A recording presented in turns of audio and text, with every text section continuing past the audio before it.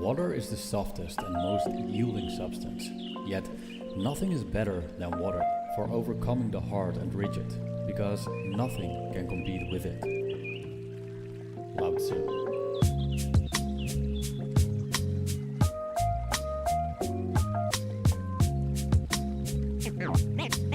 Name straight, new wave.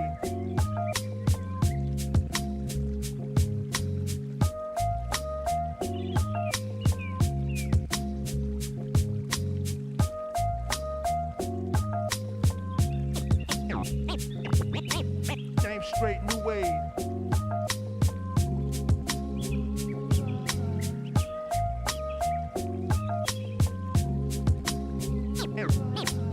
Name straight, new wave.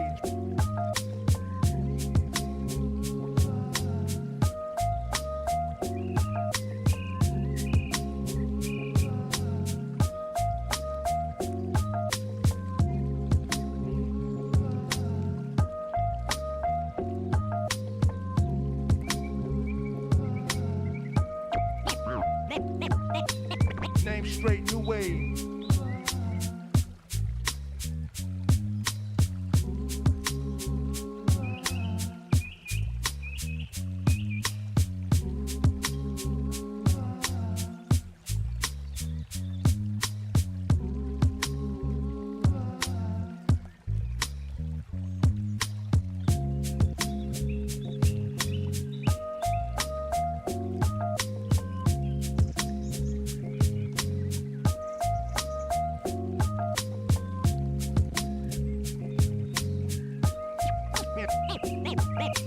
Name straight, new wave.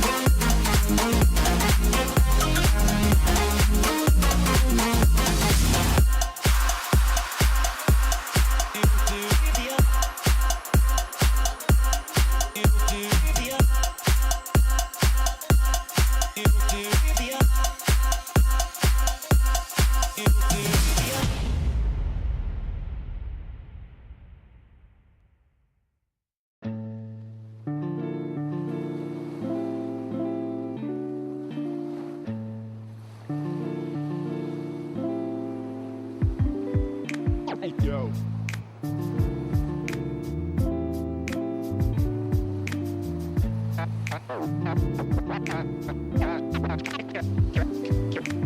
Cash and the ticket is yours. Cash and the ticket is yours.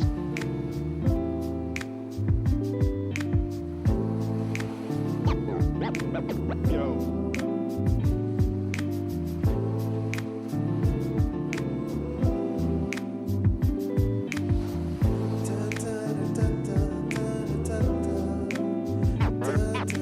Cash and the ticket is yours.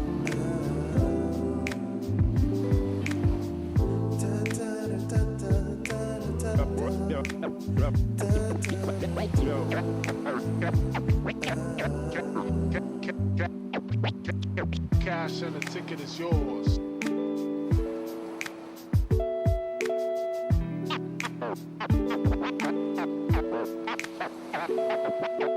Cash and the ticket is yours.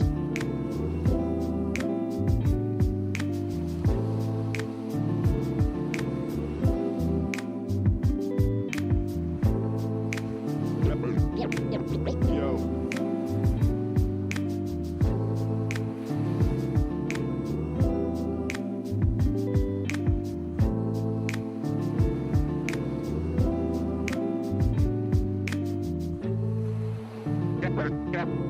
Cash and the ticket is yours.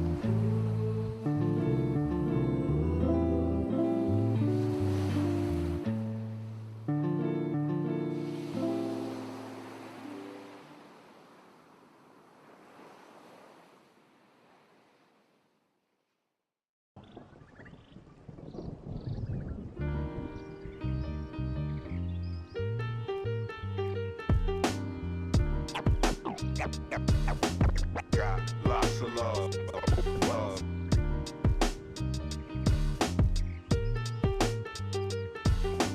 Got lots of love. Got lots of love.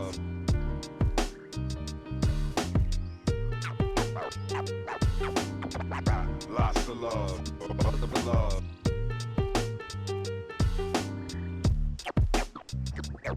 Got lots of love.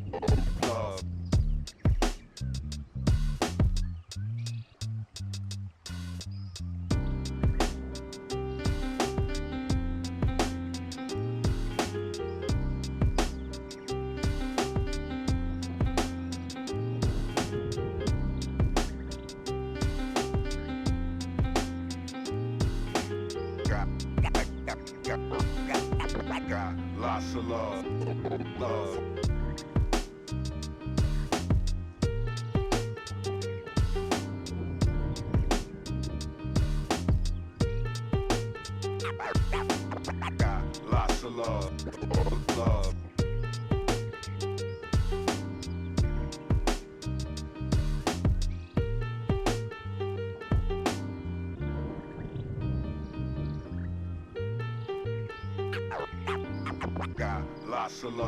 Got lots of love.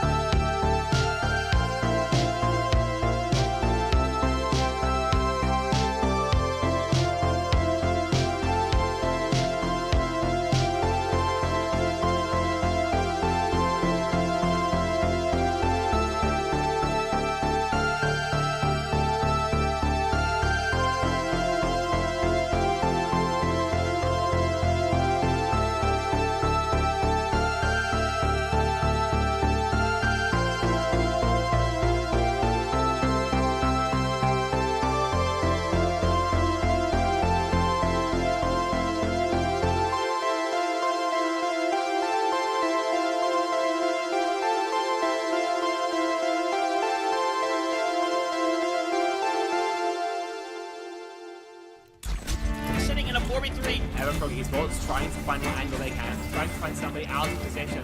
We're gonna go through on this. Oh, what a wall. We're gonna take black. White gonna go in. It's going to be a really, really interesting one. Oh my god. All of this competition could be so damn close, so I cannot wait for us to finally decide who's going to be the champion. We are expecting some chaos, some great moments. A beast mode has killed 3. Only gonna really need that rampage, so it's gonna clear it out. Santi gonna get themselves a big old 4K. Oh. Santi's getting rid of 3, clearing out the house. That is crazy. Nunji actually kills 3 people. This team feels entirely different on this faster composition. Now Sagafar is hanging around, getting onto the high ground. Pulse Bomb's gonna stick under Leaky. You're not gonna be able to survive it at the end of the day. Manages to find a 3K. Rio shoving this Rana into a corner. Woo! One more for the road for Rio.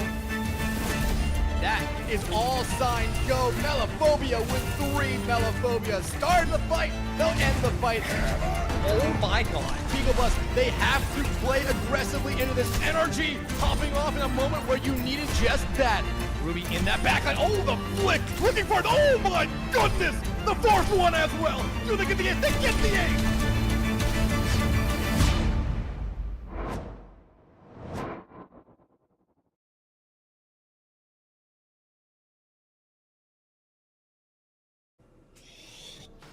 Good evening, everybody. And, usually when I say evening, I don't really mean evening, but it's late here tonight in the CGL Season 16 playoffs. 10 o'clock EST. We don't get a whole lot of these.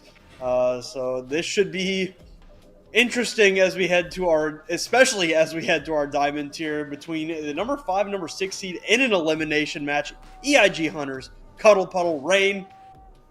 This is the diamond tier, I have no idea what to expect.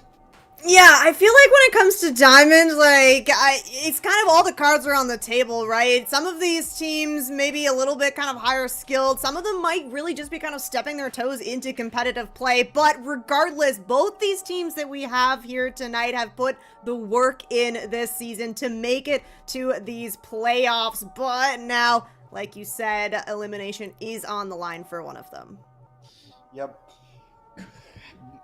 Yeah, I mean, really, what I'm looking forward to shenanigans, late night diamond tier. I hope this is going to be a very fun match. We did have a few others this day.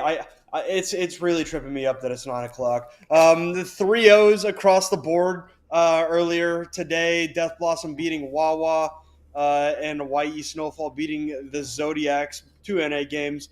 One of them actually in this diamond tier, as the Death Blossom moved to the upper finals.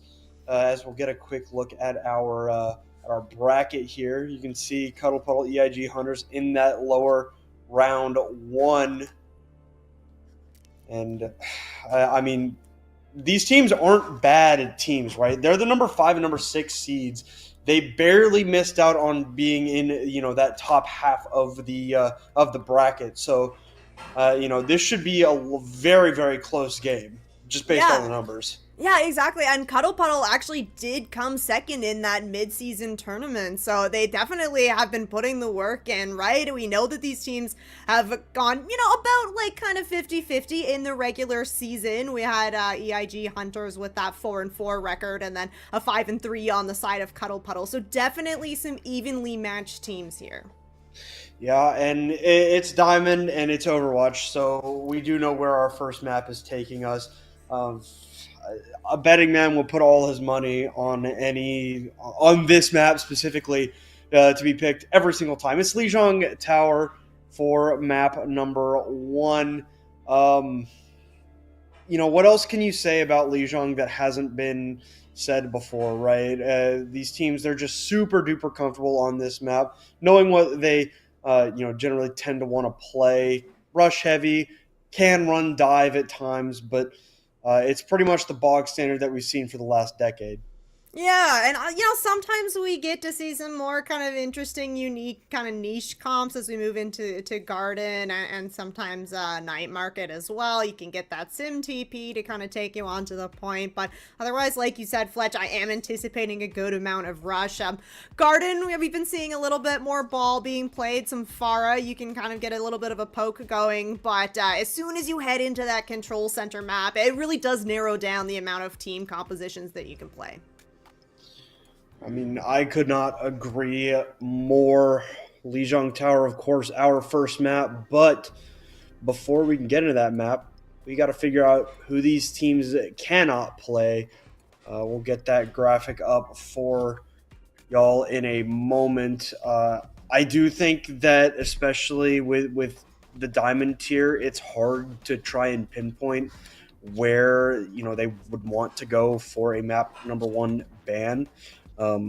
Some things that come to mind are, maybe one of these teams doesn't want to run the hard rush, so maybe ban Ramatra or Lucio or something to that effect.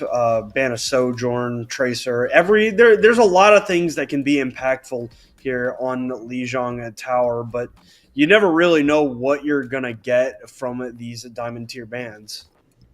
Yeah, Diamond team's not necessarily always running kind of the hard meta, but honestly, right now where we are, there isn't as hard of a meta as there has been in a lot of years. Cuddle Puddle, though, are going to go ahead and ban out a tank. They are not looking to play against the Doomfist here on Lijiang. I'm trying to remember. Oh, man.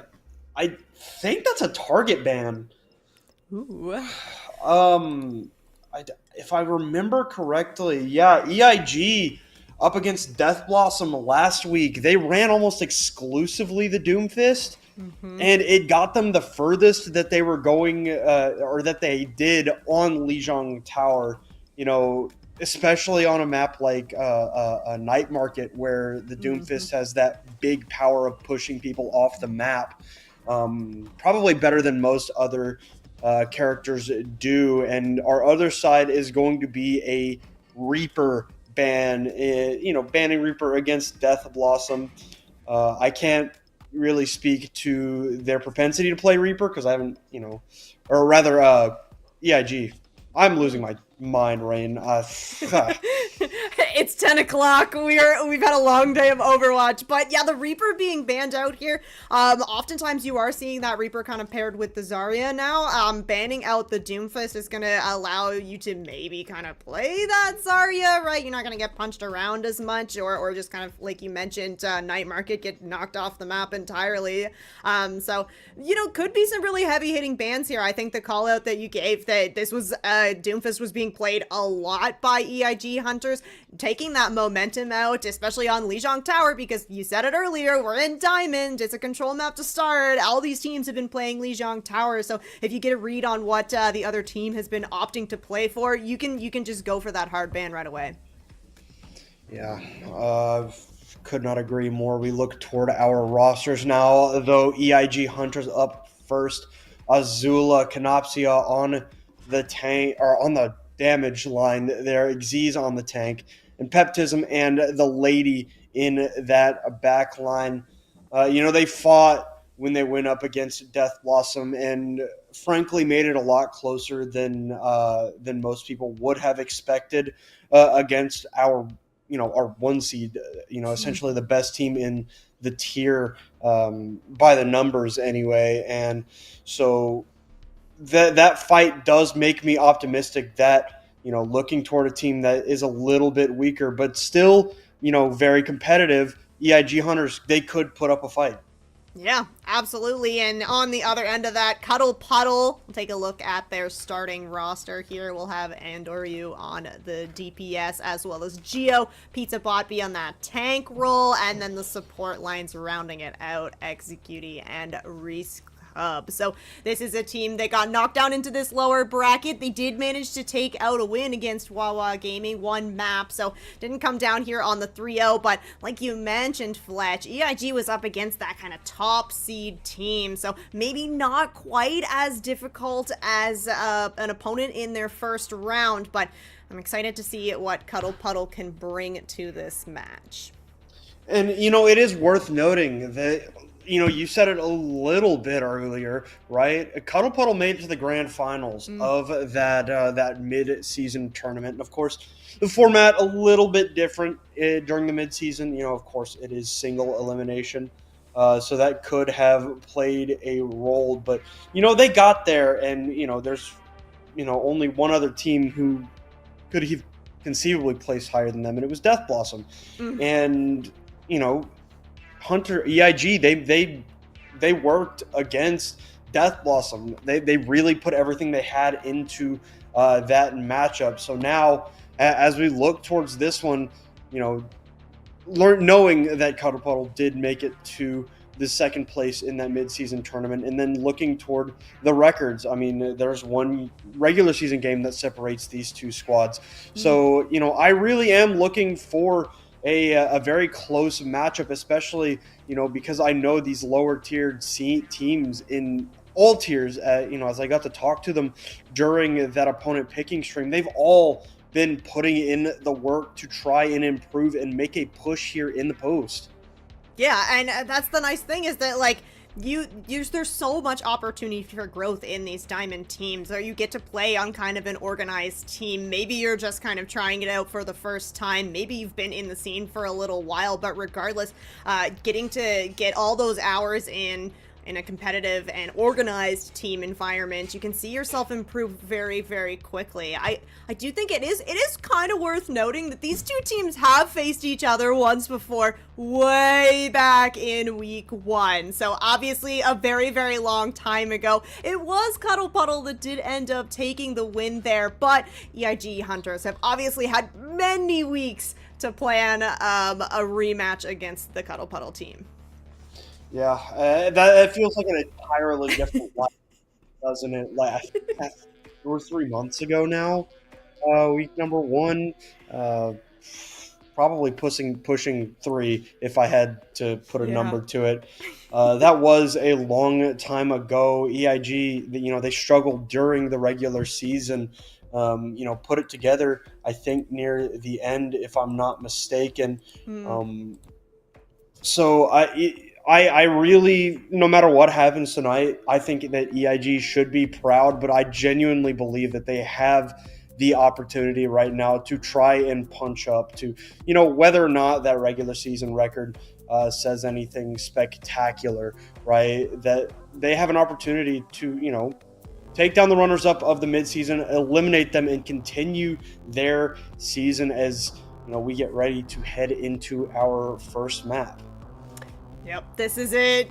Here and now, we're going to see which one of these teams is going to be able to get some momentum going, try and get a victory on this first map. It is, of course, going to be a 1st to 3, so if you don't win this one, it's okay. You're going to be able to bounce back from it. But in these kind of best of 5s, you don't necessarily have all the room in the world, so you definitely want to try and start off strong.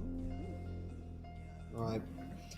Lijiang Tower Garden up for the first sub-map here. A little bit early jumping the gun on that one, but get a look at what our teams are going to be playing here. Very, very soon as elimination on the line for one of these teams. It will be not, I say not what I expected. This is exactly what happened against Death Blossom when the boost got banned on to the Junker Queen. Pizza Bot repping the Reinhardt composition. So, some very interesting compositions here. Yeah, I like the back line, the Lucio Kiriko, pretty standard right now. Both these teams are going to be rolling out with that. Geo going to be sticking on the Symmetra, so it's the TP on to the point here from Cuddle Puddle. With this Symmetra and the Mei, you're really looking to control these corners. Uh-oh. Xyz can't get through the crack, jumps up, tries so hard to get away, and there just simply will not be a fight for this Hunter squad without their tank. Yeah, it's hard. Yeah, Z is gonna immediately swap off of the Junker Queen. It's just too hard to kind of run into this team of Cuddle Puddle when you have that Junker Queen shout. Now you're gonna move over onto the Ramattra here, so not only are you gonna have the shield to work with, but you're also gonna have that Nemesis form to try and just punch through this shield from Pizza Bot. Canoxia also going to go over to the Symmetra here. Very low, does get tracked down by Pizza Bot, who is just swinging. There will be a trade, a decent one for this EIG squad. Pizza Bot out of the fight, and Executee has been executed from the game. Absolutely gone now, and the point is still in the favor of Cuddle Puddle here, but losing Executee is definitely not gonna bode well for them holding on to this point for much longer whenever they do get back into the lobby. Yeah, I mean, it was a good adaptation from EIG. You know, bunker v bunker. It's just what we are going down on. Yeah, I mean, Azula on the Sombra is going to be... It is really the big question mark, I think, right now. Azula hasn't really had a chance to prove the value of the Sombra, right? A very quick first fight. This second fight still progressing. Of course, 2 players out of the way for Cuddle Puddle is Executee.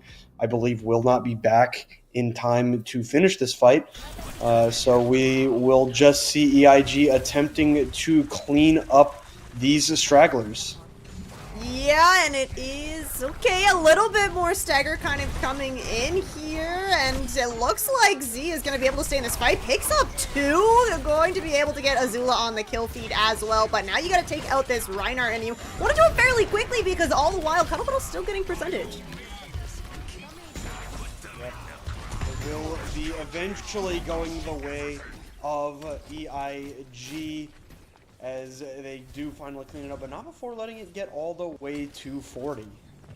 Yeah, that's a pretty good stagger out fight there for Cuddle Puddle, despite them losing Executee to the DC. Now, you are building up to that Shatter and the Blizzard. Not going to have it online quite yet, but you are kind of leading in the ult charge overall. Canopsia, though, swapping over to the Sim, has made really, really good progress. Already has this wall built up, and Cuddle Puddle is very telegraphed in where they are pathing right now. All right, well, there is the Photon Barrier answering for the teleporter into the backline. Pizza Bot hacked up immediately. Not quite going to be able to track down that Sombra. Very shifty is that hero. Peptism out of the fight already. Hacked up again is Pizza Bot, and the Annihilation to clean that Reinhardt up. Blizzard Xyz will be able to escape the line of sight of that Blizzard, but Azula will not be so lucky. We're going to see the Photon Barrier here just go away and clean up these stragglers for EIG. Yeah, Cuddle Puddle back in control here. You did have to commit to that Photon Barrier, the Blizzard, and that Kitsune Rush from Riska, but Pizza Bot still has this Shatter to work with. But the EMP from Azula definitely on the minds of Cuddle Puddle. Executee's gonna have to play very carefully on this Lucio. You'd love to be able to get this beat off without getting hacked.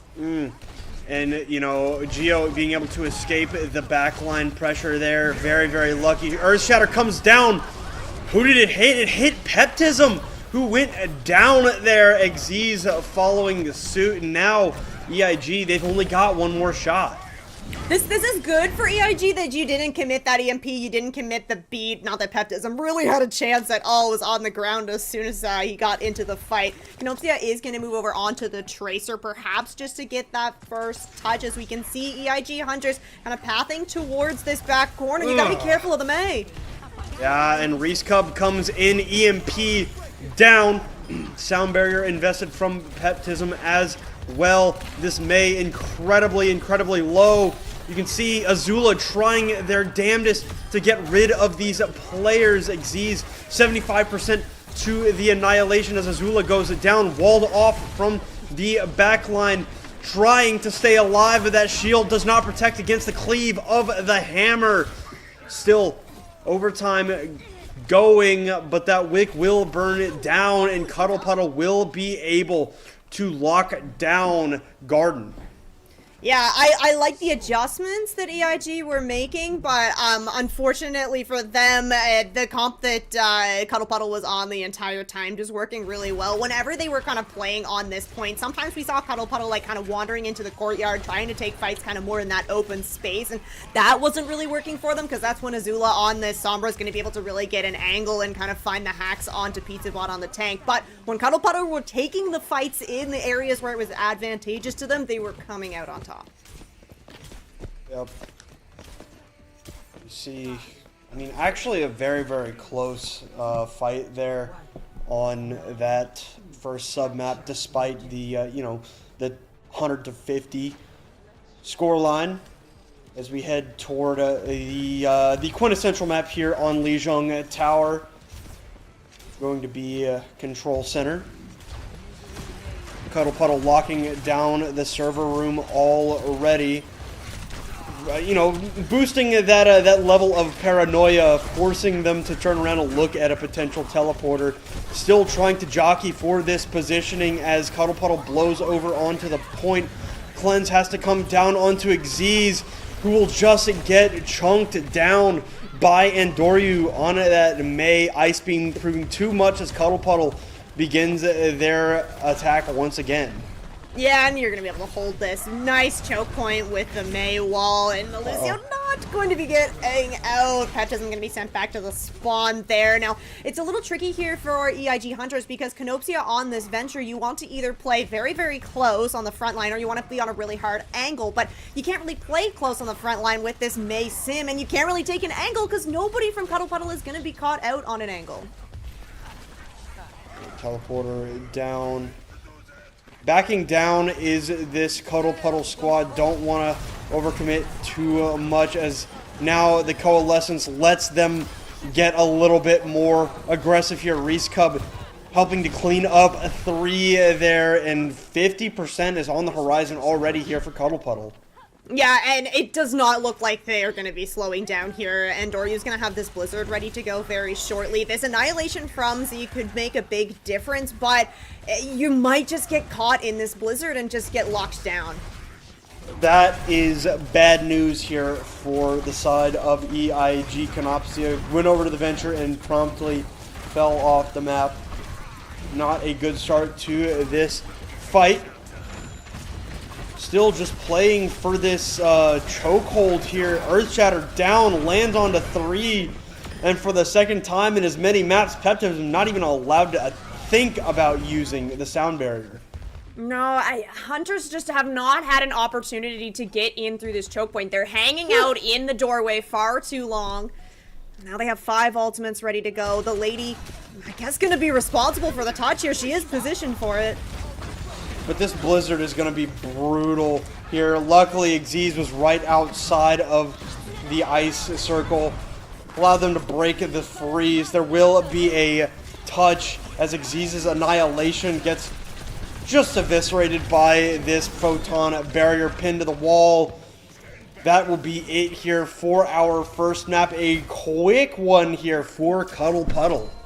It might have been a different story if the second sub map had been Night Market. Maybe there would have been a little bit more of a chance to kind of play that Sombra that EIG was more comfortable on, but the cards were not in EIG's favor. Heading over to Control Center was just going to favor this Mei Sim composition very heavily.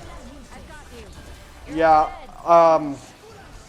it's just tough because after that Junker Queen look went away, you know, because EIG were, you know, fairly confident that they could run that into most compositions, I'm sure. Reinhardt Bunker Comp's not one of them. It's hard to get close enough to justify playing Junker Queen going into a Reinhardt, because you don't have any way to mitigate that hammer damage, right? And Endorio and Geo both mitigating the speed boosts, right? Both the Commanding Shout and the Lucio speed boost. It is kind of a brutal matchup to go into a team who is comfortable playing the Sim Mei Reinhardt competition on maybe the only map that it is, you know, slightly viable on, especially when you're not allowed to play what you are comfortable on in the Doomfist. Yeah, and I mean, that's a really good point, Fletch. The Doomfist, of course, isn't going to be able to be banned out again here, so at least EIG can kind of have that hope that, okay, maybe this really is what was kind of holding us back. Couldn't play the Junker Queen, that's kind of the second next best thing, so now it's going to be your map pick. You're not going to have to deal with this Doomfist ban, so it really does open up the floor for you to put yourself into a pretty winnable situation. Yeah. Of course. We look forward towards that Saravasa, and I mean, in all honesty, Doomfist and Junker Queen can work very well here, both of them. I would, in a vacuum, if you're not going to be playing, you know, a more meta composition, you know, Wrecking Ball, Diva, Ramatra, all that kind of stuff, I would prefer the Junker Queen, but I don't think EIG really want to deal with that again. So we look towards these bans, and there's a lot that they could do. I don't hate like a May or a Sim ban, especially, you know, because there are quite a lot of points on Saravasa that are kind of tight. You know, there's not a whole lot of open fields, so to say, on these Saravasa objectives. They're all kind of enclosed in their own little area. So taking care of those characters that get a lot of value from being up close and personal could help with the speed problem. Yeah, right, and if you move, that'll help you if you want to play the Junker Queen, or if you want to play the Doomfist there, and yeah, EIG Hunters definitely agreeing with you here, Fletch. Gonna go ahead and ban out that Symmetra, which I think will also be really, really imperative to what kind of tank Cuddle Puddle end up on, because if you were going to play the Reinhardt here, I do think that you would probably want to have that Symmetra with you so that you can have that TP to kind of get out of kind of these open spaces quickly. It should be very interesting. I really don't know where Cuddle Puddle are you know, putting their minds towards, right? Because they've gotten rid of the Kiriko here. That's not quite the direction I was going to go with that line of thought, but they're going to ban the Kiriko here, which, I don't know, because the thing is that Kiriko is like the only thing besides Lucio's sound barrier that could possibly counter a Junker Queen, right? The Rampage, that is. So that's a very interesting ban. So I think that they're putting all their chips on EIG, committing it to the Doomfist. So as we look toward our rosters here, we do have a sub. Ooh, okay. Yeah, Brooke going to be coming in on that tank role. And I mean, hovering over the Wrecking Ball, which could play really, really nicely here on Saravasa, if that is what they decide to run out with here for Cuddle Puddle. And I think that if you have that Sim ban come through, you're not going to play the Reinhardt. You're probably gonna swap over onto something a little bit more mobile, and the Wrecking Ball really could be the play here. I think that with that Kiriko ban as well, it's gonna remove that Suzu, which can kind of save people from that one kind of second of CC. It can make all the difference. And you know, sometimes we do get to see a little bit of Ana being played on Saravasa as well, so if you don't have that Suzu again for that anti-nade, that could be really impactful as well. Alright, we will have our answers here very, very soon. There is the committal on to the dive compositions from either side. Obviously having to get a little bit creative without Kiriko in the lineup. It's going to be Brig Juno for the side of EIG with their Doomfist, of course, and Cuddle Puddle opting for the Moira Lucio. So speed is the name of the game very much for Cuddle Puddle with that composition. EIG going to have to be a little bit more selective about when and where they take their engagements. Yeah, especially with Reese Cub over on this Moira. I mean, she's going to run out of resources eventually. So if EIG Hunters can just kind of play for the longer game, get some of those resources out, get the poke damage in, that'll give you an opportunity to strike. Well, Andorio comes in with the first blood here in this map. A pick on it to the Brig of Peptism. Xyz coming in with another trade, though, staring down Brook. A fight going on here between Reese Cub and Xyz. Not quite able to land that punch. Xyz not hacked, but will be tracked down by Andorio. And it will be Cuddle Puddle locking down this first flip. And I mean, you called it out at the beginning, Fletch. They needed to move fast, and that's exactly what Cuddle Puddle did. You get the angle with Andorio on this Sombra, you go in for the engage, and you delete the support. Yeah, no, they didn't even have to dive for that one. The lady just kind of fell over, which is good for them, not so much for EIG. Yeah, the Juno, I do wonder if the lady is going to stick on it. A little bit fragile, especially against all this mobility from Cuddle Puddle. Yeah. I mean, especially without the lady in there. That's, you know, the idea is to have a Peptism and the lady protect each other. Xyz, though, coming in through 2 quick melees, locking down a couple of picks for Xyz. Of course, very little in the way of actual healing until these supports come back, but that was a great little comeback there for EIG. Yeah, you kind of get the corner there. Xyz on this Doomfist. Really punishing kind of the overcommitment there from Cuddle Puddle, but Cuddle Puddle are coming back into this 83%. It's looking good for them to just take one more fight to try and pick up market. Sound barrier being called upon by Executi. Hacks out, and Andorio just absolutely smashed there by Xyz, who is starting to lock in a little bit on this Doomfist. Finally comfortable. Nice punch there. Has the Meteor Strike ready to go, but it's Azula in the back line. One with the pulse pistols, one with the pulse of bomb. Xyz cleans up the third, and Hunters are on a roll now. Yeah, looking really comfortable, pushing up just a little bit, controlling some space. They need to be really careful not to get a little bit too aggressive, because that's exactly how Cuddle Puddle kind of got shut down when they were on the defense there. But EIG have lots to work with here, including that orbital ray from the lady, which could work really nicely just going straight across the point. There's the sound barrier. 4 players hit by the ultimate. Now Dragon Blade pulled by Canopsia. Might find one, will find the first, but it's not going to be enough, unfortunately. At 85% for Cuddle Puddle, won't be a chance to touch. No, it was a massive EMP from Andorio, and really nice follow-up from the rest of Cuddle Puddle, immediately taking out the Brig and the Juno, and that's what they really need to be doing at every single fight, is taking these supports out of the fight and then just worrying about everybody else. You see Brook is in there very deep now. The Meteor Strike coming down. Primal Rage popped by Brook to avoid death by Meteor Strike.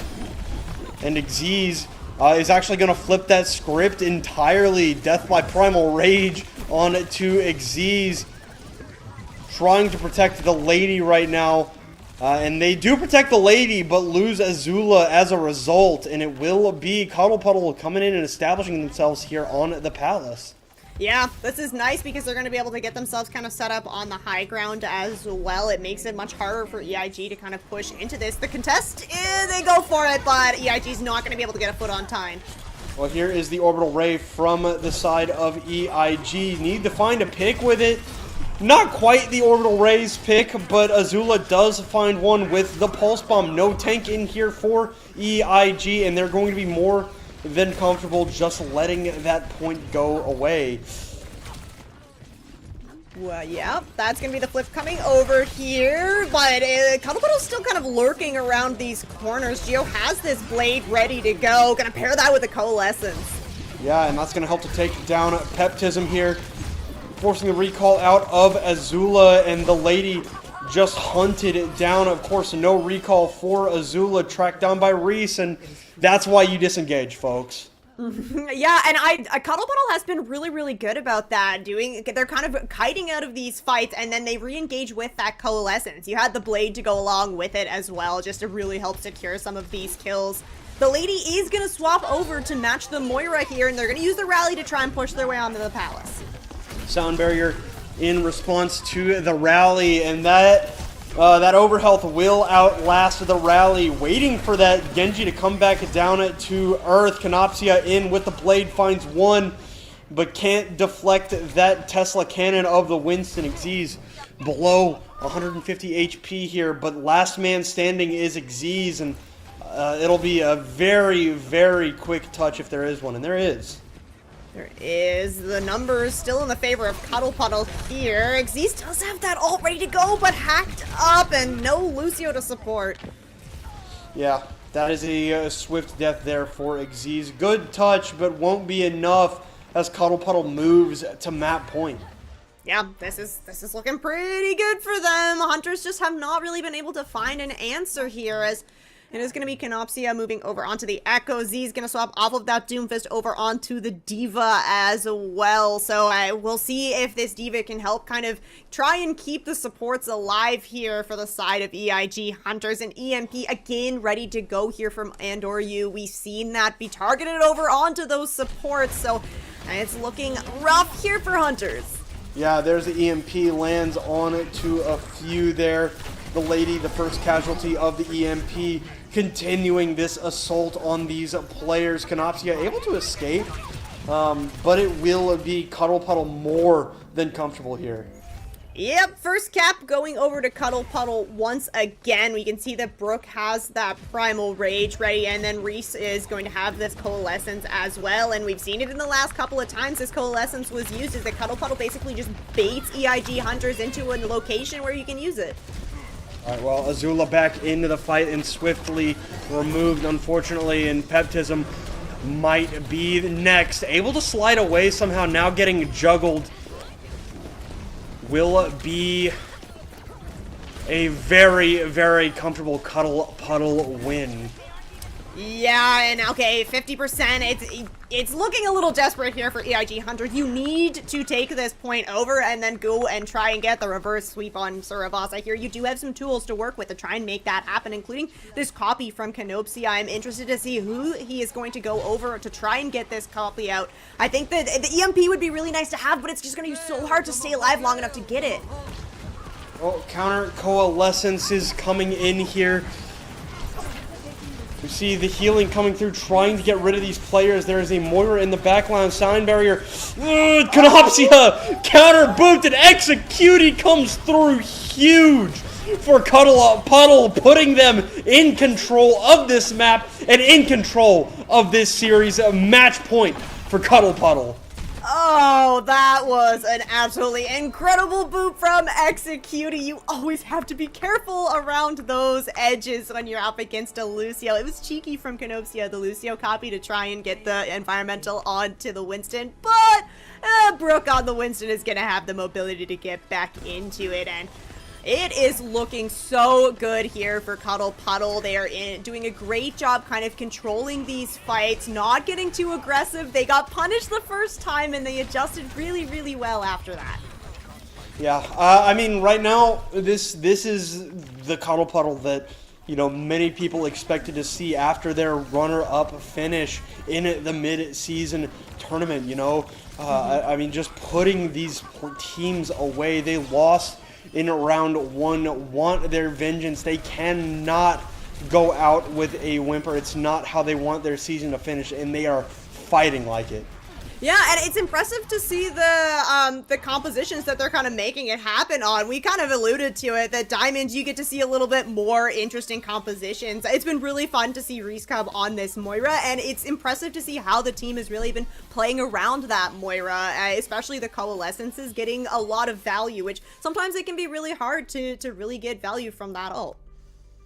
Yeah, I mean, that's just what you have to do when you're playing Moira compositions, right? I said it when the map started, you have to just keep the gas pedal going down or you lose the pace quickly, and Cuddle Puddle doing it beautifully. But for now, EIG, they've got one more mistake. They've got one more trip up and their season is over. Map number 3 on the horizon. Their selection coming up in just a few minutes.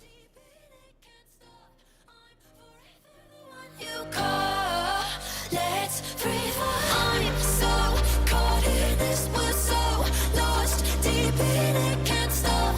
I'm forever the one you call.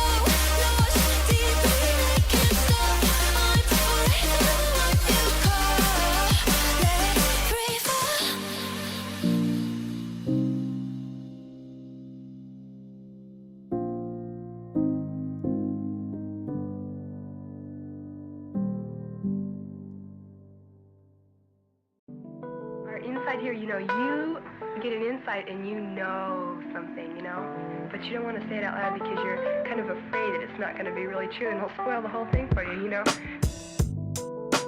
But when somebody makes you say it, then, and it's true, then it just makes it more beautiful of a thing.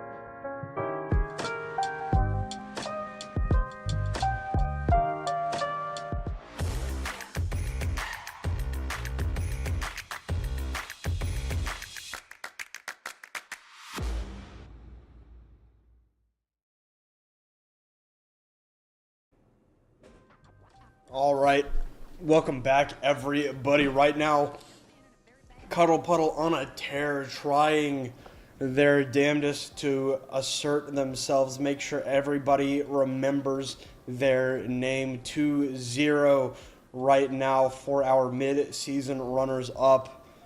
On the other side, EIG on the verge of elimination.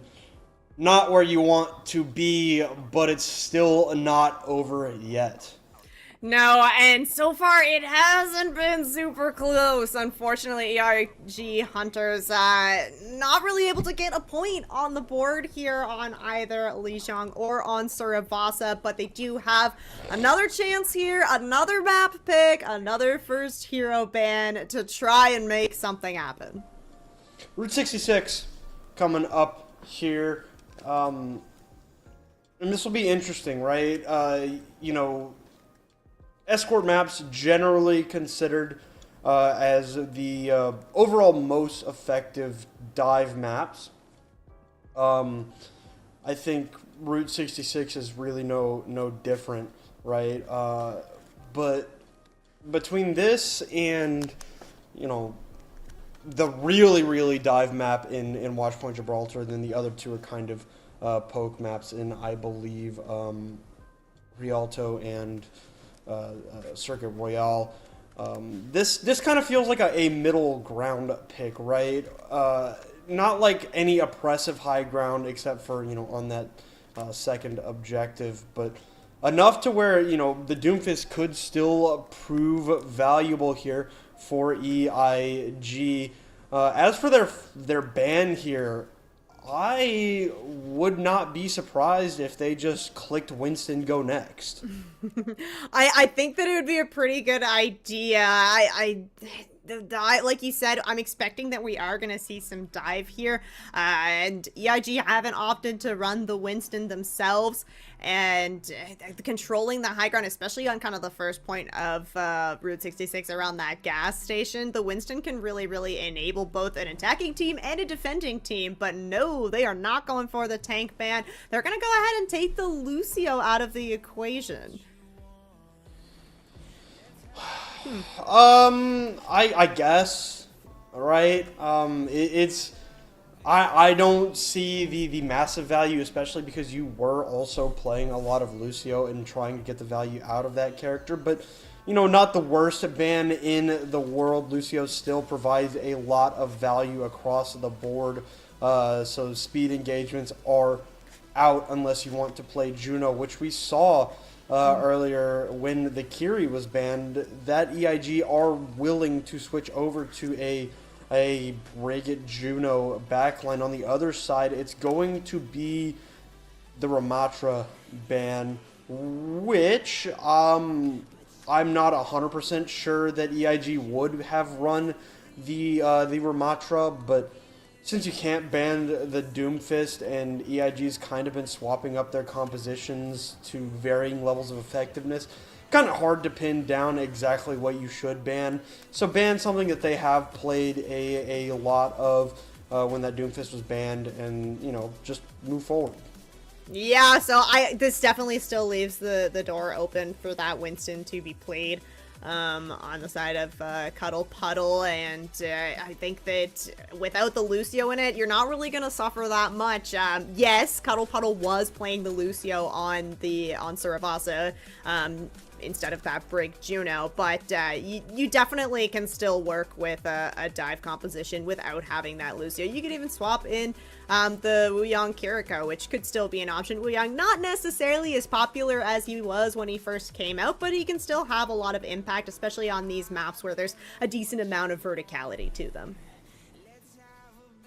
Got a quick look at our new lineups here. Both teams throwing a substitution down at Pizza Bot, coming in for the side of Cuddle Puddle, Fenrir for the side of EIG. So obviously the idea is something, you know, a little bit different, maybe not like super drastic, but, you know, especially now that there's nothing left to what's the word? There's nothing to lose anymore for EIG, right? They're already on the verge, so throw everything that you can at the wall and see if any of it's gonna stick. Yep, this is it. So yeah, Pizza Bot coming back in. I mean, we did already see him in map 1 and then got kind of substituted out there. But probably could go over onto the Diva Fenrir. This is going to be the first time that he is in for this series. Has the Junkrat selected there? Don't necessarily anticipate that we're going to see that, but a lot of the times when you're swapping in these DPS heroes, it is for something kind of specialized, potentially like the Junkrat. We'll have to see what they're opting to run out with here on Route 66, because like we've been saying, this is it. You need to get a win on this map, and then it's not over yet if you're EIG Hunters, because then you'll be forced into this reverse sweep scenario where you're going to be playing into all of the map picks of Cuddle Puddle. So it is a mountain to climb here for EIG. Poke is the desire of Cuddle Puddle, sending Brooke back to the bench, of course. Pizza Bot coming into play the Sigma. It's going to be Sigma Ash Freya with a Brig on a backline, something a little more akin to a dive backline, but maybe they're just expecting EIG to play a dive, which it does look like, you know, not like a hard dive, but they're on the hazard. That's like vaguely dive-ish. He can clear some space, 100%. This Ash Freya combo is going to be very, very dangerous for Fenrir, who is out on the Pharah, so a little bit of a specialized DPS making an appearance here. I think looking at these two compositions, both of these Brigidas are going to have a very, very hard time finding value, so I'm definitely interested to see if Reese Cub and Peptism do end up sticking on this hero all throughout this. Map number 3, Cuddle Puddle's life on the line here. And Doryu putting in some great shots and Execute cleaning them up. Fenrir out of the way for the next 20 seconds or so as they'll send EIG packing for the moment. I was talking about the Freya and the Ash, but how could I forget about the Ana, the OG sniper? And that's going to be enough for Fenrir to actually swap off of the Pharah. Going to go over onto the Genji, try and get some of these dives going with XYZ on this hazard. Coming back through, Pizza Bot under a lot of duress, but Xyz coming through big with that spike block getting rid of Pizza Bot, blocking off the return of these supports is very low, so a good disengagement, but they're just gonna wait. Yeah, there's time here for a re-engage here from the side of Cuddle Puddle. It's kind of an awkward angle to come from, as there's 3 people on the point here for EIG Hunter, so definitely looking to get as much progress as they can towards. It's gonna be Pizza Bot with the touch. Pizza Bot returning very swiftly here on that Diva. Found a nice little sleep there on to Xyz as Pizza Bot gets demech'd and swiftly cleaned up. There is, of course, a bola shot ready to go for this Freya. And they've corralled these Cuddle Puddle, or rather EIG players, into this small area. And now looking to clean this up. And Doryu in the backline has a Bob, but the Nano Boost helping Canopsia to clean up is... yeah, oh, nice, nasty little shot there from Canopsia. Yeah, and this is looking like EIG Hunter should be able to get at least some damage done here on the side of Cuddle Puddle, but it's so hard to demech this Diva. Finally is going to happen, and that is going to be EIG Hunters cleaning up just a couple members. No, the Bob is going to be committed here from Cuddle Puddle, but you don't have a fairly big tank HP pool, so once that Bob gets cleaned up, I expect EIG Hunters should be able to push this in. Yeah, Xyz has to put that block up. Almost went down. Executing good for the pick. And there's going to be... Okay. I thought that there was going to be another touch. All right, Pizza Bot backing it down finally. But Scrappy, EIG finally does break through. And scrappier, I think, than what we've kind of come to expect to see from Cuddle Puddle. We saw really, really well-timed kind of re-engage from them then, but they're just so eager to not give up that point that it just turns into a little bit of a snowball, committing the Bob there. EIG Hunters, you have 4 ultimates to work with here. This overclock going to be massive if you can demech the Diva, or at least get some of that defense matrix down, because otherwise Pizza Bot is going to be able to deny a lot of that. Cutie coming through has the Nano Boost, but Peptism is already gone, and EIG off to kind of a rough start here on this point, not even getting a chance to use their ults. No, and this means Cuddle Puddle's going to be able to get set up pretty aggressively here. Nice kind of forward hold, and gone ahead and built up to a bunch of ults of their own. So this next fight is going to be pretty explosive here. Cuddle Puddle, though, having this kind of positional advantage means that you can kind of just go play for second, force EIG Hunters to use an ult first, and then re-engage, and we know that they can do that. Downpour comes through. Reese Cup locked down there on the low ground. Somehow lives. They couldn't get rid of the Brig. And Xyz is now under significant duress. There is a self-destruct ready to go should it be necessary, but it will not. The downpour was big, but there was just no follow-up. No, and the ults committed from EIG Hunters, not just that downpour. We saw that rally towards the end of the fight, trying to turn things. Canopsia, using that overclock, did find an opening pick onto Executi, but Cuddle Puddle just did what Cuddle Puddle's been doing. You just play slow, you wait for the re-engage, and this time they don't even have to commit any of their ultimates, so you still have everything to work with here for Cuddle Puddle. Well, here is Dragon Blade from Fenrir, good for 1, but no more after that. The rally good to deny a lot of that value. A lot of pressure being put on to the opposite side. Executi is gonna end up falling over there, but just very, very committal from these EIG players, and there's only a couple left. There will be some stragglers returning from spawn trying to continue this fight. It continues to be so scrappy, and Pizza Bot's gonna lose the mech. Yeah, now he does have the bomb. Yeah, okay, Executi's actually come back on the Juno here, so was able to get back into the fight much faster than if she had been on the Ana. Okay, Canopsia in the back line just jumped on there by Pizza Bot, who still does have this get out of jail free card in this scrappy fighting.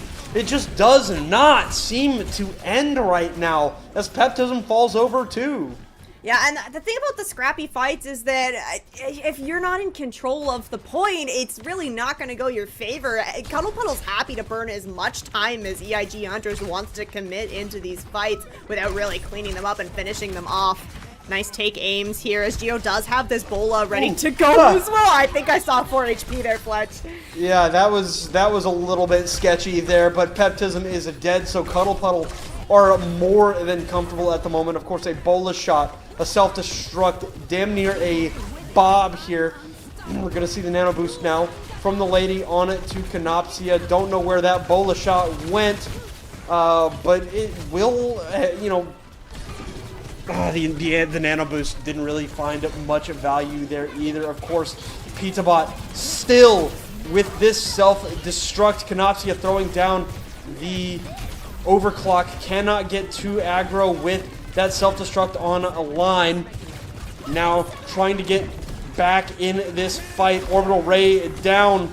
Gonna see that downpour. Need to get rid of Executed. They do drop Executed here. Peptism very, very low. And finally, it will be a breakthrough here for EIG. Bob needs to get rid of there. So does PizzaBot, but eventually they will break through. Overtime managing to make it happen. That rally from Peptism was really huge because in these overtime fights, everybody's playing on the point, so you know that you're going to get maximum value from that AoE healing and the shield, not to mention. Overtime, EIG managing to break into this third point, but took a whole lot of resources there. Cuddle Puddle and Doryu has swapped over onto the Sombra here. Could be detrimental against XYZ on this hazard that's really, really cooldown focused. Yep, Canopsia falls over there, unfortunately, there for EIG. A nice little whip shot there on to Xyz, denies that dive there. Rescup rotating around up to this high ground as they're still waiting for EIG's next move. There it is. Yeah, wow, and the immediate hack, right? The timing is great from Doryu. Yeah, denies Xyz on that dive very, very quickly. Now headed right back in. Gonna see the bola shots out. A nice cleanse there, but Geo will not be so lucky to get away from that. Xyz again just committing so much to that kill, ends up going down in return. It's hard to get the dive in when you're on this hazard and you have the Diva on the other side because Peptism is so far back that he's not really going to be able to get much value. And then the lady, all of her papers are being eaten up by PizzaBot, so Xyz is just not really getting the same amount of healing. Rescup with the rally ready to go. Of course, PizzaBot with that get out of jail free card, but no rally in this fight here for Cuddle Puddle. Bailing back is PizzaBot, trying to get this healing from the objective. Gonna drop the self-destruct. Unfortunate there. Very lucky that that whip shot did not come back to bite EIG in the behind, because they're able to get rid of PizzaBot and clean up these late kills, so they may very well get this through. The rally ready to go here from Rescup. It is getting PizzaBot swapping over onto the Reinhardt here, looking to just knock everybody off the point with the help of this rally. And there is the kill on to the opposition's Brigitte. Canopsia dropping the overclock, getting rid of Andorio. 2 for 2. Fenrir comes down the orbital ray, going to help out with these remaining players on the objective. Geo over to the Rock Muncher there. The Venture comes through, but the orbital ray will not be able to help for very long. Unfortunately, Geo pops out, goes just far too far away from that objective, and it will be a full capture here from EIG.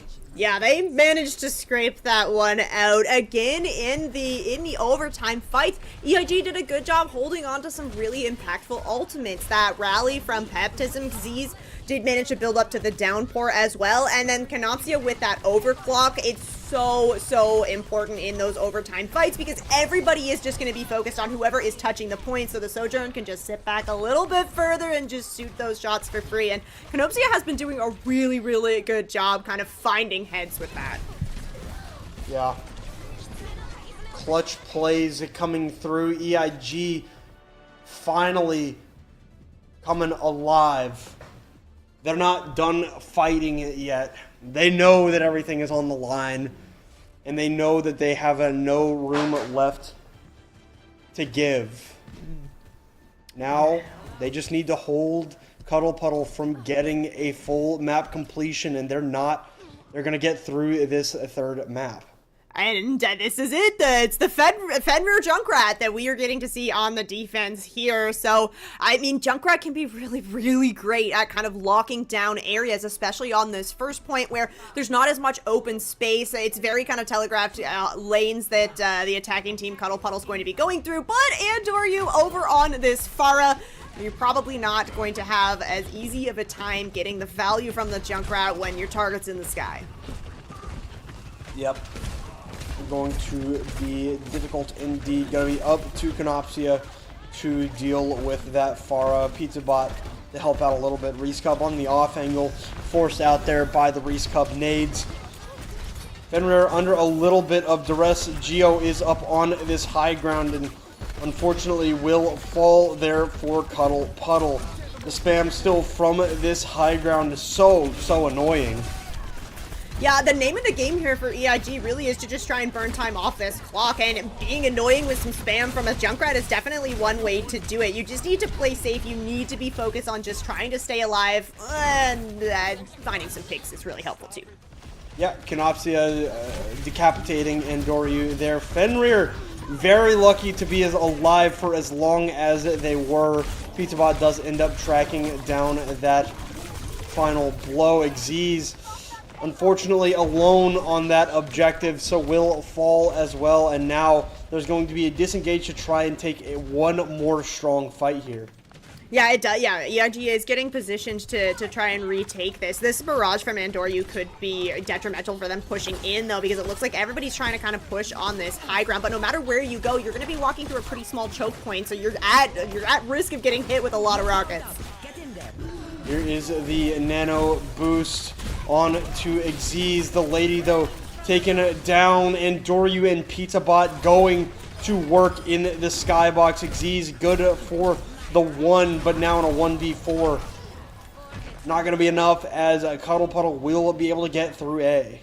It's a tough thing about like playing that Hazard with this Ana and on break now as well backline is that you're not meant to be really a peel tank, right? The Hazard needs to go in and kind of find a kill, but it's a really kind of the immediate trade that's coming in. We're seeing Andoryu put a lot of pressure onto those supports as soon as the tank is kind of out of the picture, isn't soaking up all that damage. Fenrir is going to move over onto the Soldier 76 to try and put some pressure onto Andoryu, but Andoryu can play the swap game as well. Going to move off of that Pharah over onto the Ash.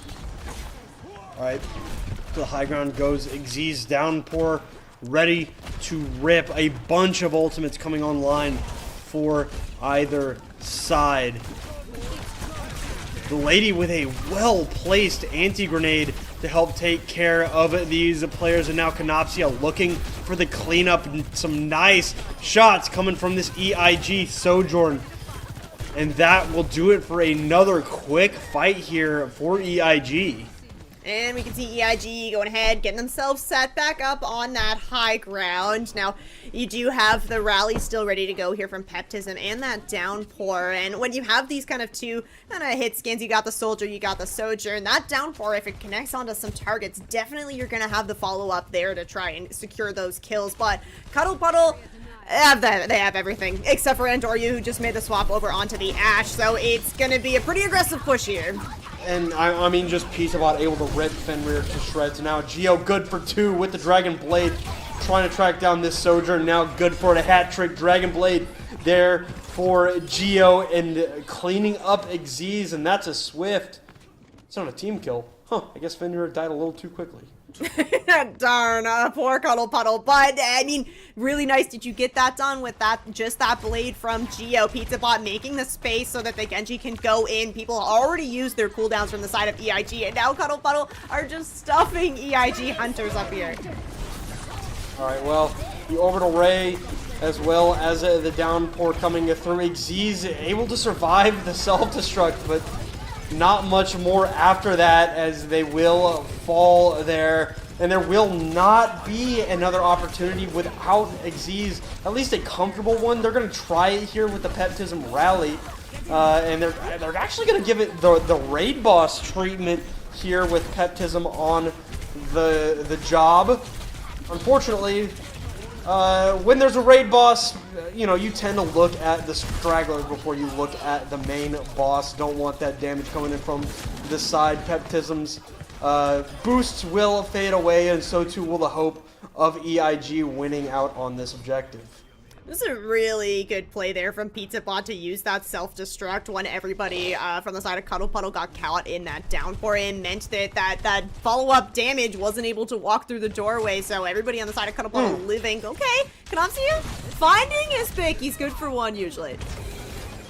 But, I mean, again, just pushed up so far. Good for one, but no more than that, especially as Xyz has got no cooldowns to speak of here. Able to get away for the moment, but Cuddle Puddle already moving very quickly through this objective. Yeah, and ults to work with. They're gonna keep this tempo going, use that Kitsune rush, and just pushing EIG all the way back to their spawn. We're gonna see the overclock out from Canopsia. Been so good, not so much at this time, unfortunately. You can see Geo looking toward this backline, a pincer maneuver, the dash ready to go here. And this is looking brutal and bloody at the moment. Dragon Blade gonna be pulled down for the spawn camp. 3 minutes on the clock there for Cuddle Puddle. So now we move into extra rounds with Cuddle Puddle having a 2-minute advantage. Yeah, this looked really good for Cuddle Puddle's attack. I like the tricks that EIG were kind of pulling out here. They did a pretty good job, especially buying a little bit of time on the first point and getting kind of reset on the second point. But Cuddle Puddle's ult economy has been really, really fantastic. They're doing a really good job of getting value from just kind of one ult. Everybody's kind of supporting Geo in these engagements when you go in for this blade, or if you use the Kitsune rush, like everybody is walking through with that. And EIG Hunters is just not really having as easy of a time kind of responding and trying to deny some of the value from these ultimates. I think it's also worth noting, like I've said it a few times, EIG are going all out to commit to one kill a lot of the time, and it's just getting them punished, right? It's good on paper to get the first pick in a fight, but when your tank has no cooldowns in the middle of the enemy team, like who cares if like Andoryu or Execute goes down if you're able to trade for Xyz and then whoever tries to come help him like right at the end of his life. Another really good thing that Cuddle Puddle are able to follow up on. Yeah, that's so true. The Cuddle Puddle's working in harmony right now, and they're not going to change up their comp here on the defense. EIG is going to have Fenrir over on that Freya, and Z's over on the Doomfist as well. So we'll see what he can get done against this defense here from Cuddle Puddle. All right, shot. Not quite landing just yet for Canopsia. Does land that dynamite somewhere over yonder. Could find the final blow. Does finally track down Execute with a couple of good shots there. PizzaBot returning to the high ground. Trying to take care of this Doomfist. Trades galore right now, but EIG, who is on the attack, always going to win out those trade fights. Yep, and now we have EIG, alright, getting up onto the high ground, trying to create as much space as they can to try and get some payload progress for free here. And Doryu gonna swap over onto the Tracer. Overtime is going to start ticking down now, so EIG are forced to keep one member on the payload at all times. But it's going to help. I mean, that's unfortunate. Canopsia just tracked down a very, very nice dive, but the self-destruct comes, or not the self-destruct, but the DMEC comes through there onto PizzaBot, and losing out on Canopsia is just fine because the rest of the team is finally coming together. Yeah, the recall forced out from Andoryu here, the lone member from Cuddle Puddle trying to stop this payload from pushing forward, but it's you against 3 people, and in overtime, EIG Hunters are going to be able to pick up this first checkpoint. Overtime, of course, still ticking, so somebody needs to stay on the payload. Cuddle Puddle going to opt to just get themselves set up to take in a fight here on the second point. Right.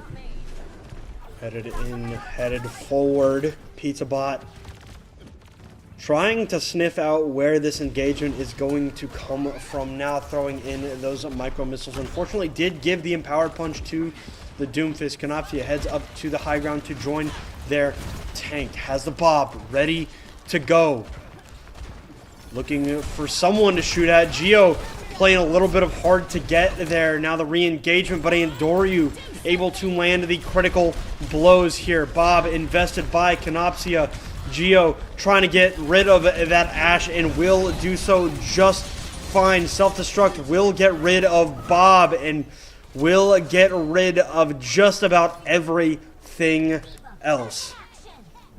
Ooh, it's a lot of discipline from the side of Cuddle Puddle, especially when you're in these overtime fights. You don't want to just stagger in and, you know, try and stop the payload from getting that first checkpoint. They know that it doesn't matter. You need to get a regroup as 5. They wait for Andoryu to come back in before they take that second fight on the second point, controlling the high ground all the while. And then it's just a matter of who is going to get the value out of the ultimates, and Cuddle Puddle withstanding that Bob. EIG Hunters managed to get 1 point there on that overtime push, but with more than 3 minutes in the bank here for Cuddle Puddle, EIG has a lot of time to burn down on this defense. Okay, Mara, somebody get Mara out of this lobby. Oh my god. This is unfortunate. Indeed.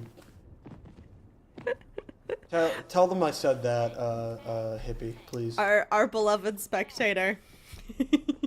See, Reese is on my side. Reese could do it. Reese knows. Reese could do it.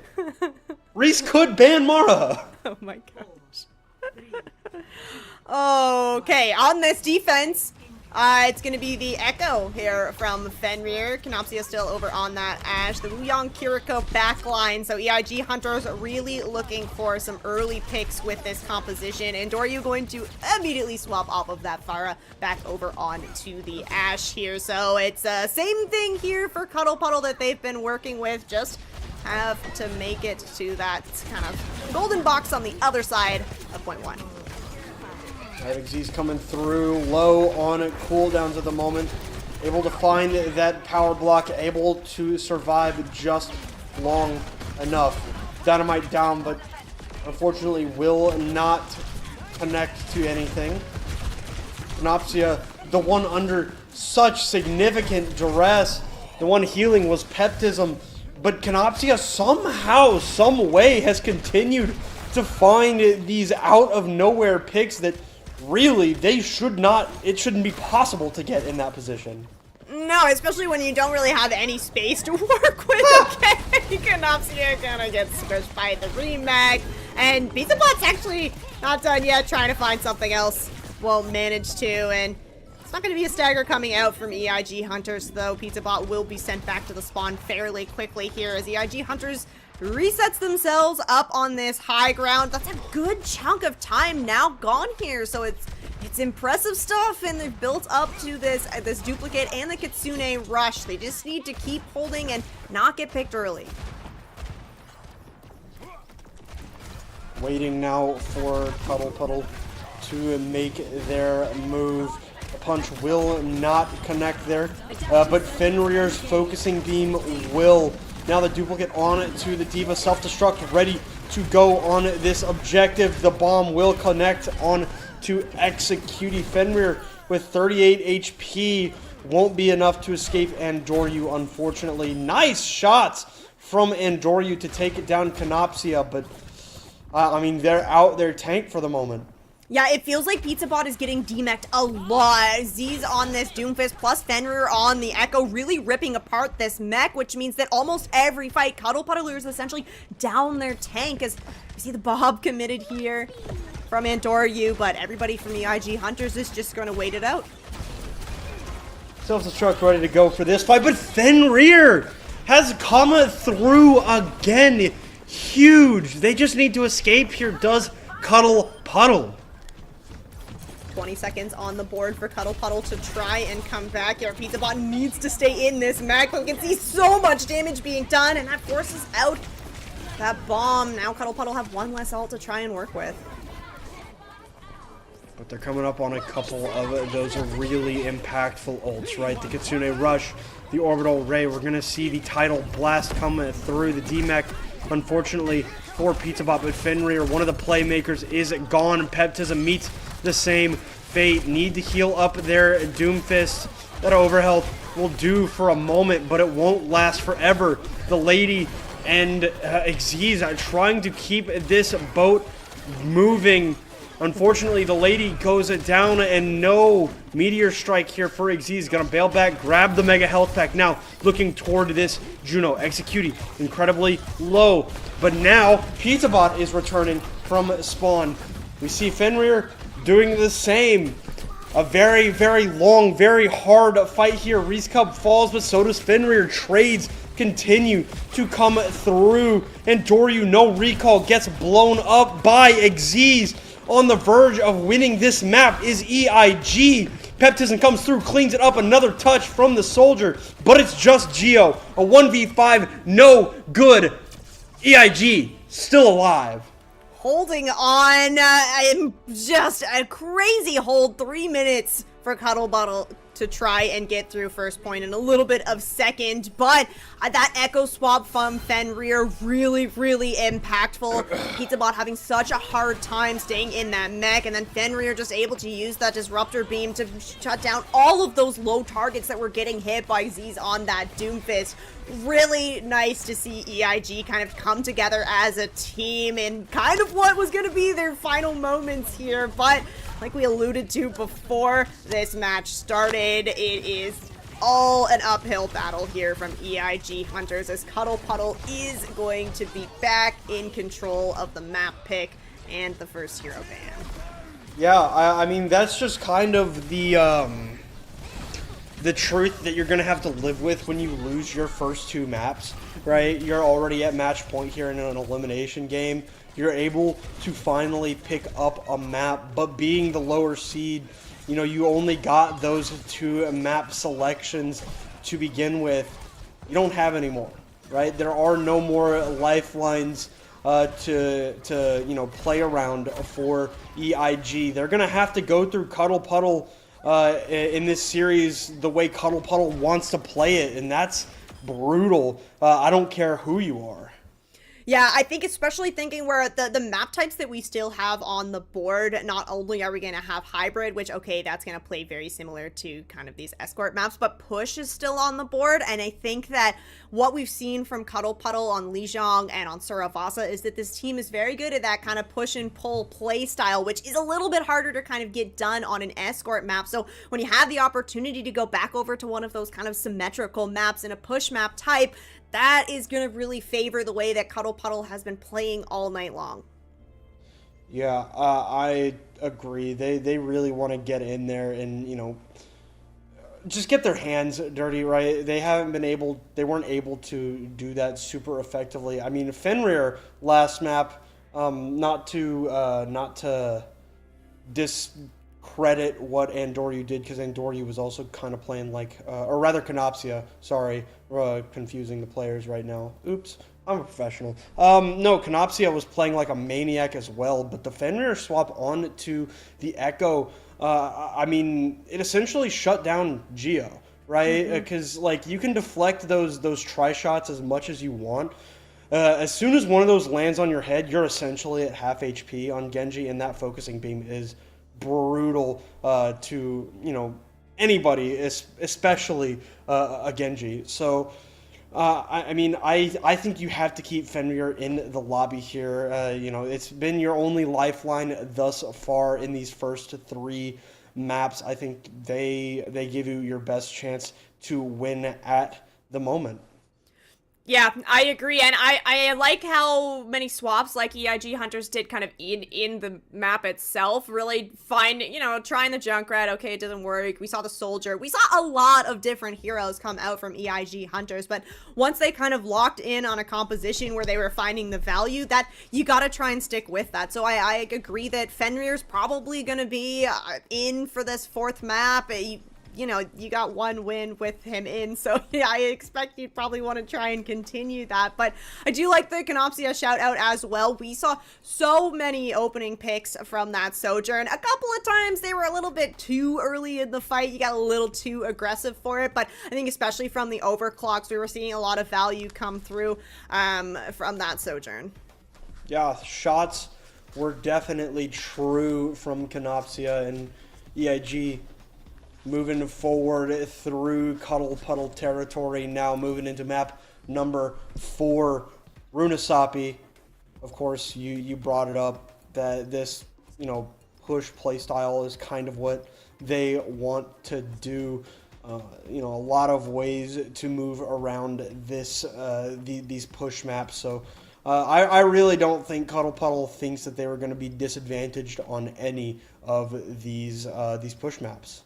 No, I don't think so either. They're all going to play pretty much exactly the same. Runasapi has definitely become kind of a favored push map. It gives you those long kind of open sight lines. You don't necessarily have as much of the kind of tricky architecture that some of the push maps have, like New Queen Street or even on Esperanza, where you have that kind of one high ground that you can really just control. You just play around the bridge. Runasapi is going to give you a few more options, some better kind of areas to take fights. And I think that in the defense of EIG Hunters, I definitely do think that we could see Z's go back over onto the Doomfist here. Like I said, lots of open space, and there's some pretty good little spots that you can knock people off the map if you manage to get over there.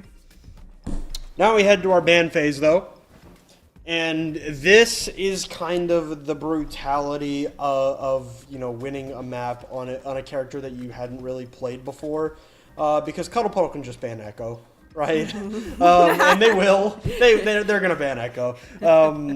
Yeah, I'm not surprised even a little bit. The Echo kind of is what gave EIG the boost that they needed to get their first map win. So it's not even a little bit surprising. No, and it's going to be hard for EIG to kind of hit back with a ban that's going to be as impactful. You do have the tank bans all still open. EIG hasn't banned out a tank a single time. I think that could be pretty impactful, although we have seen a decent amount of kind of tank play come in from Cuddle Puddle. But I think that if you really want to change up the way that that Cuddle Puddle is going about these fights, kind of disrupting that mainstay is going to be a good option. Looks like they do agree. Gonna take the Winston out of the mix. Yeah, if Cuddle Puddle are running dive, they're running Winston for the most part. It's not really all that surprising, especially now that we have got a substitution coming back in for Cuddle Puddle. Brook returning to the lineup. PizzaBot came back in after winning map number 1. On map number 3, couldn't quite get the job done, so Brook returning to the lineup for the side of Cuddle Puddle. Was very, very happy to play the Winston before, but now, not going to have that opportunity, and I imagine Wrecking Ball is just, very good in general, and I think a very, very strong pick on a map like Runasapi. I think that if the Winston's banned, the ball is going to be an excellent option here. I think especially where if Geo is able to kind of play this Genji, it can be a really nice kind of combo, and Doryu probably has a Tracer as well. We got to see mostly hit scan from them in the Sojourn, but even the Sojourn will pair really nicely. Really, you just want anything that's going to be able to kind of follow up on those pile drives from the Wrecking Ball, where you just get the little bit of CC, a little bit of a free shot. I'll be interested to see what the backline will be with that Wrecking Ball. Of course, all the supports are on the table now, so no support bans to be had. The teams are free to play whatever they are comfortable with.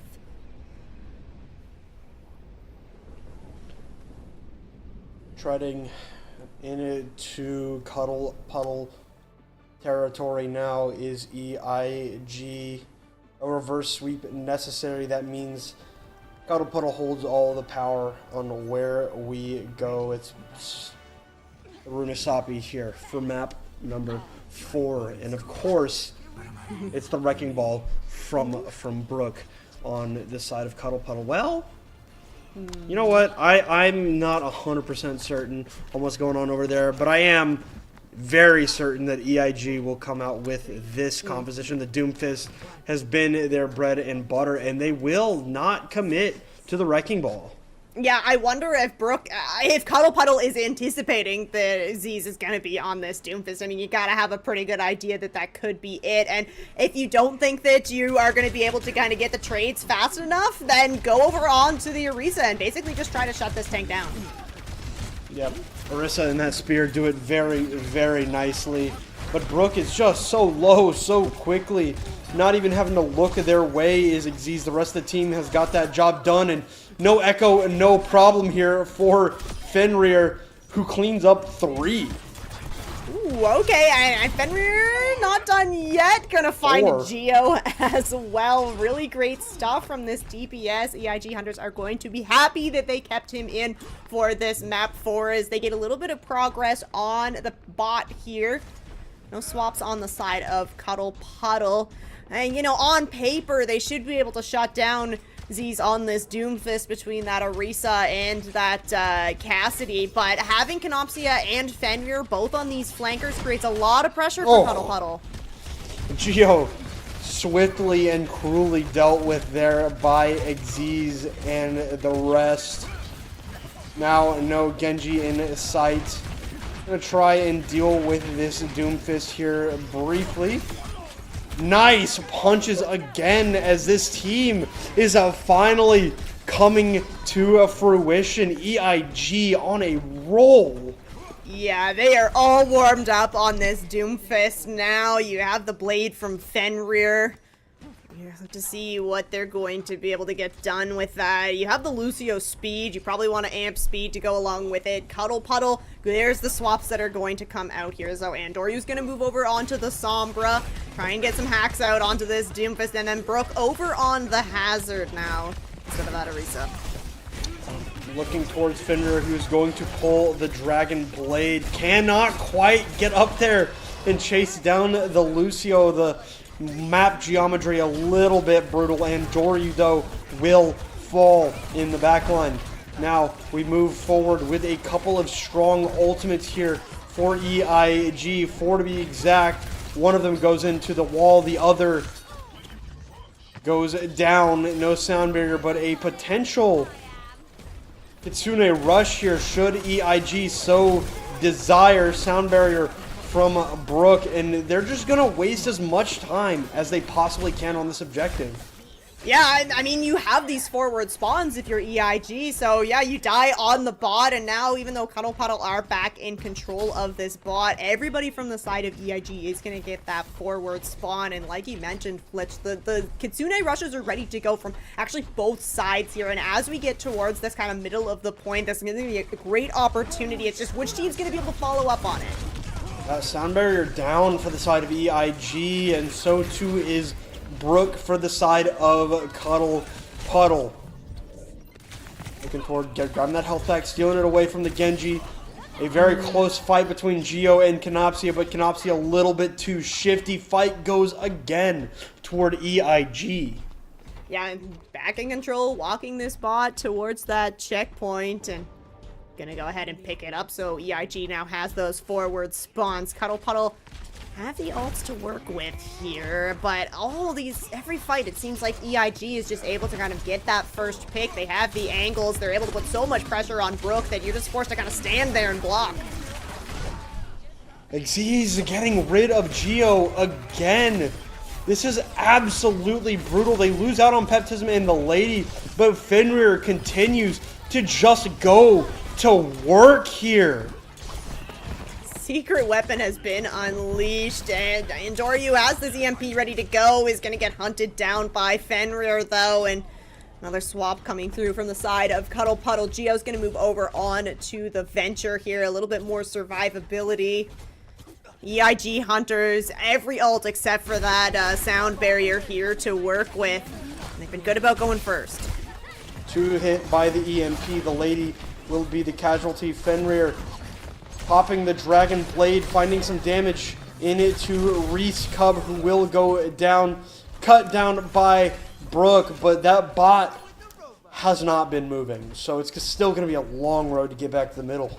Oh my gosh, yeah, I don't think Cuddle Puddle has really they've gotten zero progress. They haven't moved the barrier at all, so you are back in control of the bot, but now you need to win that second fight in a row. Your EIG Hunters have come back into every second fight, very, very strong, ready to go. Those ultimates are on the board for EIG, but finally, Cuddle Puddle gonna be getting first in this fight. Reese Cup throwing that down. Xyz needs to live, finally getting that Meteor Strike out. Unfortunately, no response. Kitsune Rush there from the lady did have it, and as a result, you know, obviously may not have changed things, but definitely could have. Yeah, I absolutely agree. I mean, at least you're gonna have it for this next fight. It's not like it's not like there's a whole small amount of space for Cuddle Puddle to kind of push this. There's going to be some time here, but that second fight, that's the second fight where you use that ult first and Cuddle Puddle comes out on top. And now again, they still have ults. If they want to make it a pattern, they need to try and find an opening first before Canopsia gets set up on these flanks, before Fenrir is ready for the dash resets. Well, we're going to see the downpour won't quite connect onto the Doomfist, but the rest of the lobby will. Brook gets cleansed of the Pulse Bomb ailment, and the Kitsune Rush just too little too late. Alright, good stuff from Cuddle Puddle, continuing this trend of kind of going first here, and it is working out for them, and it's allowing them to cycle their ults fairly nicely here. You have that Tectonic Shock ready, you have that Beat ready, and Andoryu's gonna have the EMP very shortly as well. Now, if I'm EIG Hunters, I know that I still have space to work with here. You want to take a quick fight, try and get some of these ultimates out, and then go in for the second one to really try and win it. Tectonic Shock trying to find something, but not going to be able to quite connect on too much of anything. There is Geo finding a little bit of disruption onto this Doomfist as Cuddle Puddle continues to crawl forward with an EMP sound barrier on the way. 5 hit by the EMP, but sound barrier comes through too fast for them to clean up on that ultimate. Fenrir does go down though. So this still is a very, very close fight. Brook coming through huge with a massive 3-kill play to put Cuddle Puddle in the lead. Yeah, this is why you swap over onto the Hazard. There's more kind of aggression here. You aren't always kind of being the response. You want to have some proactivity to it, and Cuddle Puddle going to keep up this proactive gameplay. Yep. Kitsune Rush it down. Brook cuts it down at Peptism. Downpour won't connect, unfortunately. And Fenrir very low, but it's Canopsia this time has found Executi and Andoryu. Brook in this backline trying to continue, and the assist there from Geo. Geo trying to clean up these kills, but the lady taking the bot out for a picnic now. Walking this back, gonna take away that forward spawn, which is gonna work out great for EIG Hunters if they get some of these late kills onto Cuddle Puddle. That's a really strong push though. Cuddle Puddle go ahead, pick up the lead there. EIG Hunters walking this back though. They have the tools in their kit to kind of make this work, right? We see Canopsia has this overclock online, especially as we kind of round this next corner. If you can play kind of out towards that coast, you're gonna have a really great sight lines to try and find some hits with this. There's a Tectonic Shock. Geo does not want to feed that empowered punch. Some nice shots in from Fenrir, who has the Deadeye locked and loaded, but Andoryu going to be able to clean up onto the Cowboy. Getting very close to this bot now is EIG. They're separated by only about 10 meters. Overclock from Canopsia coming through, looking for the opportunity. The cleanse, though, denies the overclock. Reese Cup does end up falling down, but not before Canopsia does.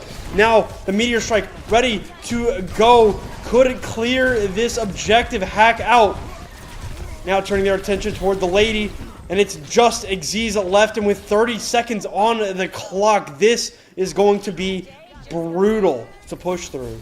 Yeah, it's down to the wire here. Cuddle Puddle are going to walk this bot back. I expect that they might just push it kind of to the center to get the forward spawns and then set yourself up to take a fight wherever, but they might not even get that far as EIG Hunters, everybody kind of back in the fight here, and they have these ultimates to work with. The Deadeye from Fenrir could just zone everybody off at this point. Yeah, Meteor Strike forced out by the hack there. The EMP will cancel the Deadeye, and Fenrir just not ready for it a little bit. Now, overtime begins, but Cuddle Puddle are up 2 players. The Disruptor Shot stops the hack, but can't stop the kill. Downpour won't connect, but it doesn't matter. It's just Xyz left on the objective. Kitsune Rush down, and it's kind of just a flourish at this point for Cuddle Puddle. Their season will continue. Winning at 3-1, you drop Route 66 in a very, very close fashion. And, you know, started out Runasapi not looking so great either, but once they kind of found their footing, were able to play a little bit more proactive, a little bit more in their style, making a huge run all the way nearly from their spawn to the other to pick up the win on their map pick. Excellent stuff here from Cuddle Puddle. Yeah. I mean, that's why you keep your composure. You don't just throw a map away because you're losing, right? They were down, what was it, 123 meters? Yeah. Something insane like that. Usually the no comeback zone is, you know, what we call the triple digits, the 100-meter mark. Cuddle Puddle just said, to hell with that. Let's just win the map. Let's just bring it back, I guess. Why not? Could be fun, I guess. And they did, right? The adaptations that they made with the Hazard, and I guess even the Venture, I suppose. I don't, you know, the Venture, you know, was kind of quiet, but definitely did, you know, provide a lot of value away from that kill feed, right? Getting those boops with the drill dash, with the pop out from the burrow. You know, Geo, you know, not as much in the kill feed, but still very much the presence was felt there by EIG. Yeah, it's a lot of pressure from that Venture, and EIG kind of forced to respect it, especially where you were running that Genji and the Tracer.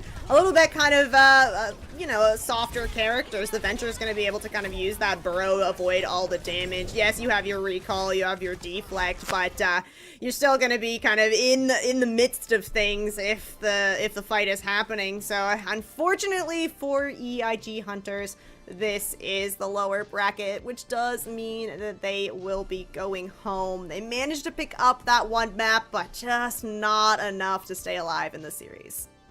Yeah, we get a quick look at our bans throughout the series. I think pound for pound, maybe the most impactful bans I've seen from a Diamond game. I've done a few of them now this postseason, and like for the most part, the first 2 maps are like worthless.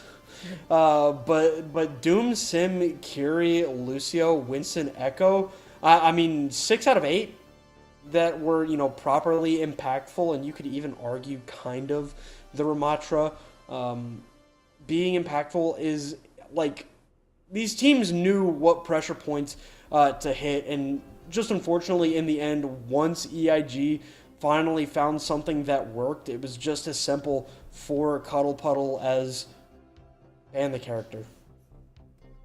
Yep. Does it, right? The Echo's the problem, and Cuddle Puddle going ahead and actually proving that it really was the Echo on Route 66 that set them back there. So I have to agree that I'm impressed with the bans that came through here from both these teams. It's nice to see this level of strategy in our Diamond tier. Yeah, but we're going to talk to the strategy, about the strategy to these players here very, very soon. We'll come back in just a few minutes. Going to get an interview with both of our teams. We're doing an exit interview, I believe, for EIG, so stick around for that. We'll get to pick their brains.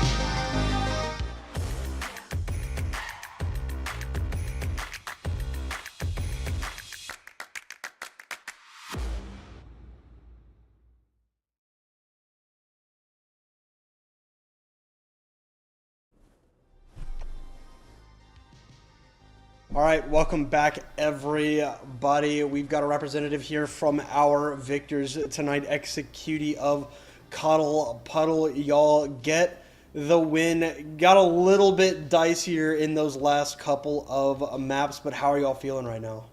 Oh yeah, we definitely tried to throw that last game, but we turned it around eventually. Locked in on Runasapi, and that's all that mattered. Something that we kind of noted here, especially in your first and second maps, was kind of the way that your team goes into and out of fights really, really well. So I was kind of curious, who is kind of your in-game leader? Who's the one that's calling the tempo in a lot of these fights? Yeah, we've been really working on that, and that's been a lot of weight on the tank shoulders. So yeah, Pizza and Sky have been doing great, doing call-outs, and we're trying to follow up as best we can. And I actually want to know, like, what happened on Runasapi that kind of made y'all flip the switch? Because I was looking at it. You know, we talk about the triple digits being what's really, really difficult to come back from. It was 123 meters to 0 by the time y'all started pushing. So what changed on Runasapi to help y'all push through the end? Pretty sure it was sheer panic. That's usually what works for me. No, we finally realized we were sleeping through the most of it, and we were like, all right, if we want to win, we gotta lock in. So we pulled it together. Yeah, that works. Sometimes panic is all you really need, and I guess it works for you. So keep that in mind as you go forward through this lower bracket. You are going to be playing against Aura Fury in your next match. Is there anything that you guys are going to do as a team to try and prepare for that? Because working through this lower bracket is a whole lot of work.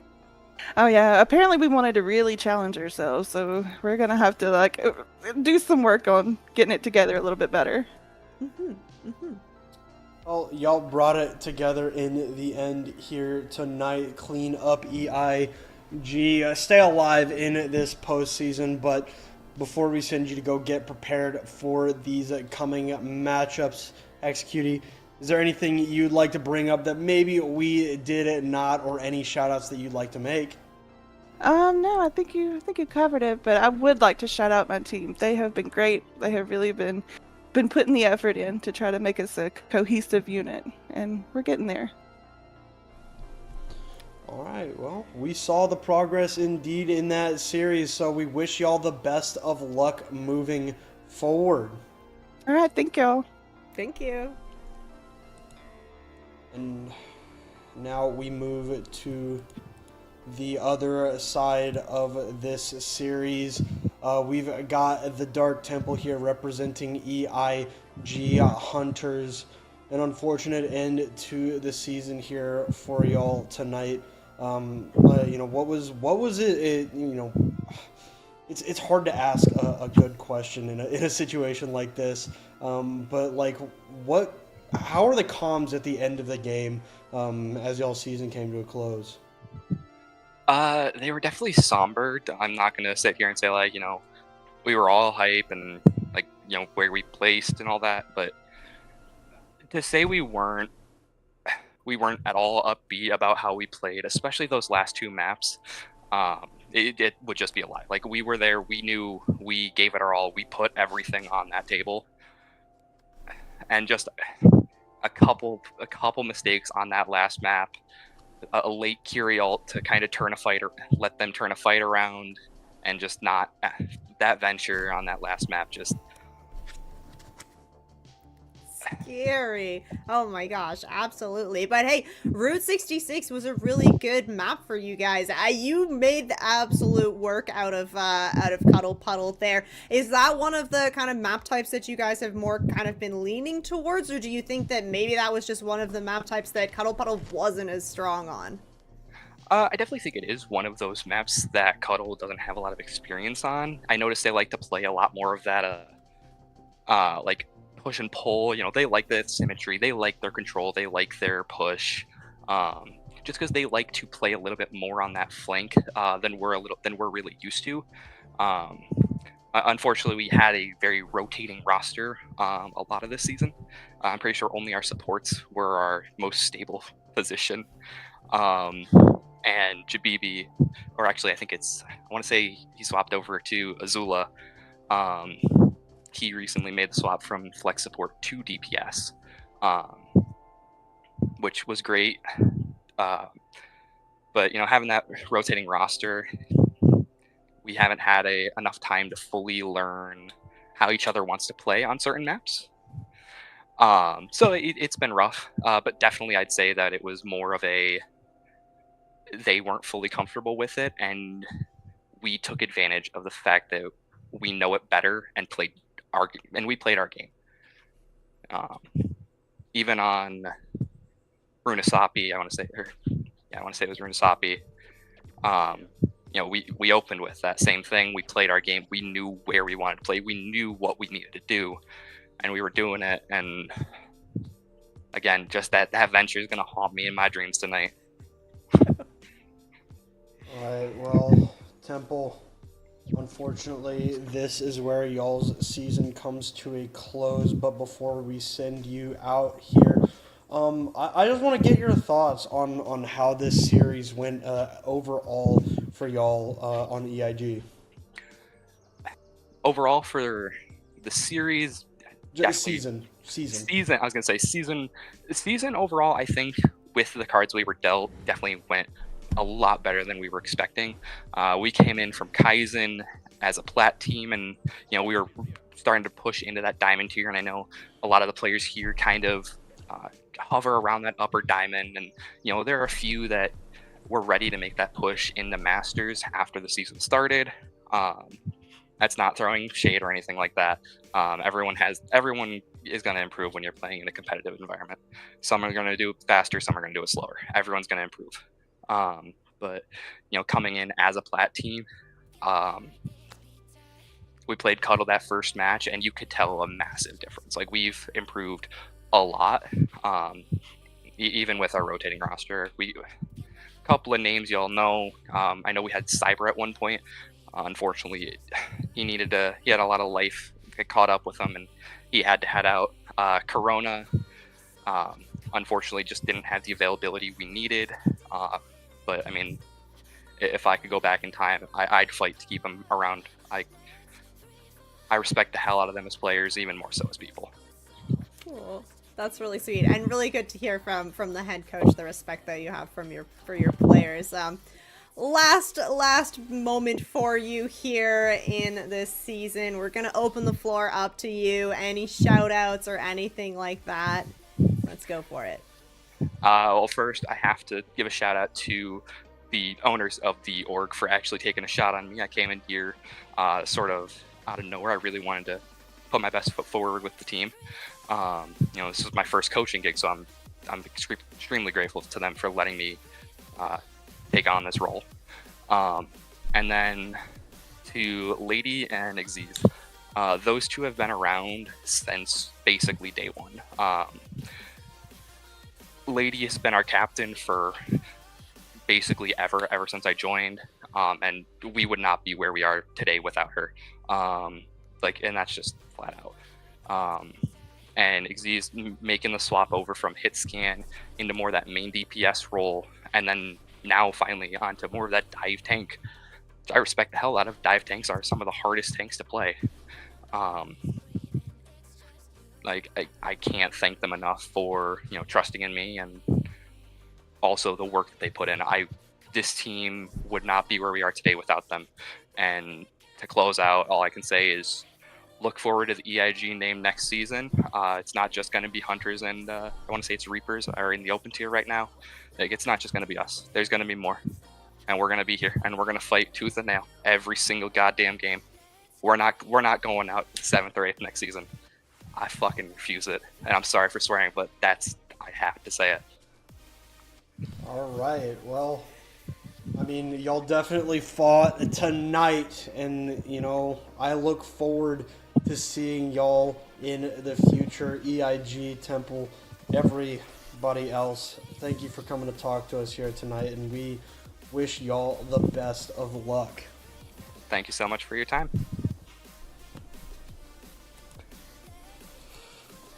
All right, Rain, it's always tough to say goodbye. It really is. Unfortunately, only one team can win this tournament this season.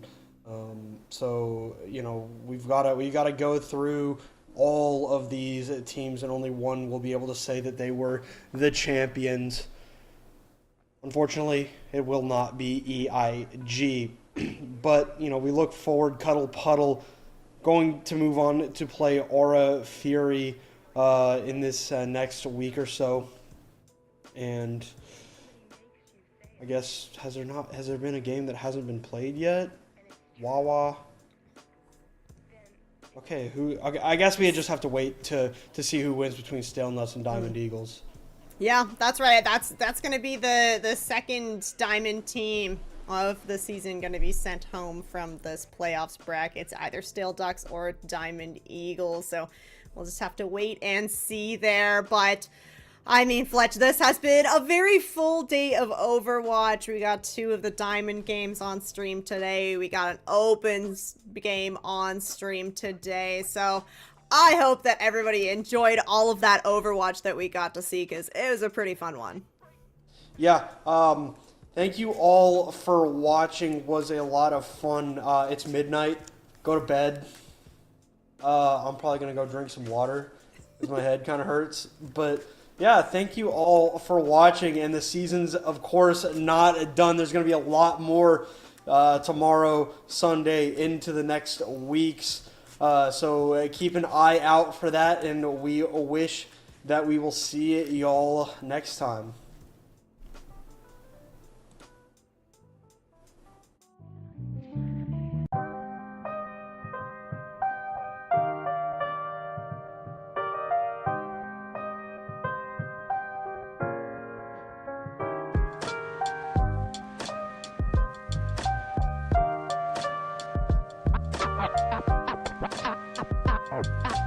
I'm not crazy, Malin.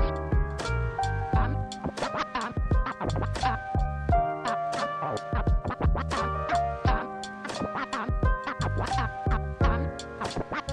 not crazy, Malin. I've just been in a very bad mood for 40 years. 40 years.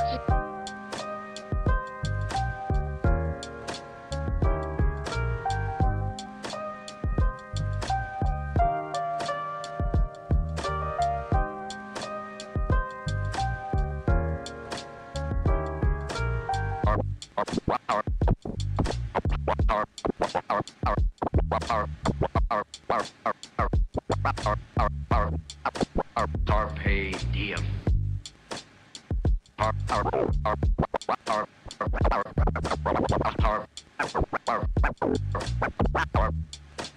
Carpe diem.